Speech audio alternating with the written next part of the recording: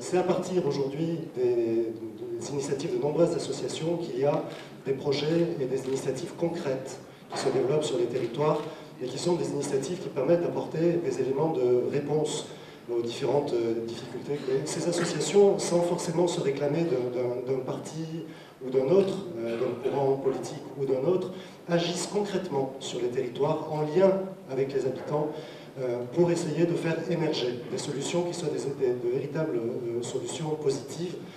non pas dans la revendication, non pas dans le « ah mais non, c'est pas bien, on est contre », ça, ok, il y a le débat politique pour ça, mais surtout pour apporter du concret. La sortie du nucléaire et la transition énergétique, il y a ici Enercop, une SCSI qui est en train d'émerger justement pour promouvoir le développement des énergies renouvelables sur les territoires. Par exemple, je pense que vous êtes nombreux à en avoir déjà entendu parler, les circuits courts et la relocalisation, par définition, aujourd'hui, les initiatives qui existent sont d'abord et avant tout des initiatives associatives, avec un certain nombre d'associations ou de têtes de réseau qui ont depuis 20 ou 25 ans, aujourd'hui, vous avez tout entendu parler des AMAP, par exemple, mais aussi le développement du bio, la promotion des écolieux, les associations de l'agriculture paysanne et l'agriculture bio, oui, mais aussi la résistance à l'appropriation des terres agricoles, ici dans les départements évidemment, avec le projet d'opération d'intérêt national sur la plaine du Var, où là on est vraiment dans le dur, et je suis vraiment désolé d'être obligé de dire que ce sont les mouvements associatifs, les collectifs citoyens qui ont mené la résistance, et pas du tout les partis politiques. Il est quand même, pour moi, dur d'être obligé de constater que entre ce qui est écrit et ce qui se fait, il y a toujours un écart énorme. Simplement pour poser le cadre et permettre d'expliquer ce que font en particulier deux associations sur ce département. D'une part, l'association Evaleco, ici sur l'ouest des Alpes-Maritimes, et le pôle d'économie solidaire, plus largement sur les Alpes-Maritimes,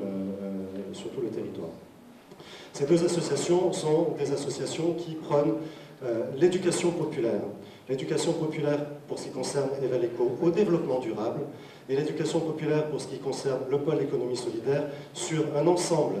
de thématiques, dont des thématiques de développement économique, qui toutes les deux posent comme point de départ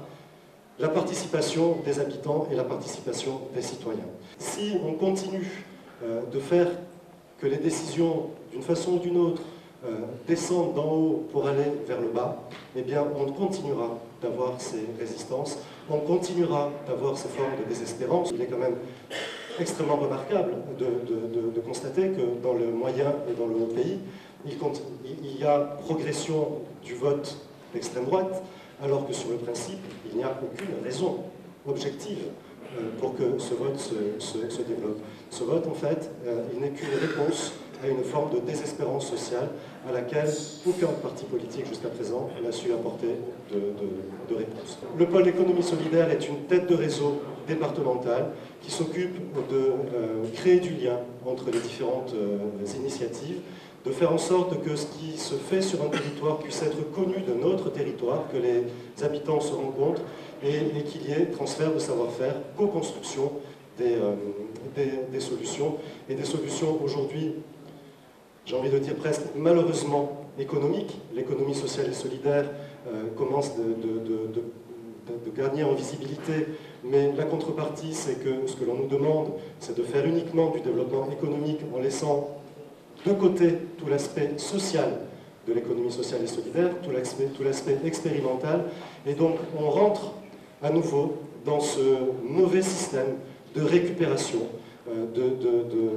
greenwashing économique, de reprise des initiatives qui ont été travaillées pendant 30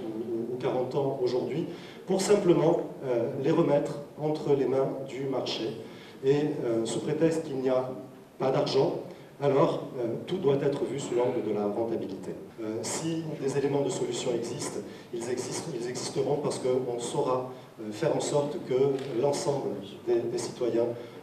pourra reprendre la parole. Et si les partis politiques portent aujourd'hui une responsabilité, eh bien c'est celle d'organiser la prise de parole par les citoyens depuis la base, de façon à ce que les solutions soient co-construites et qu'elles ne descendent pas du haut vers le bas. Merci.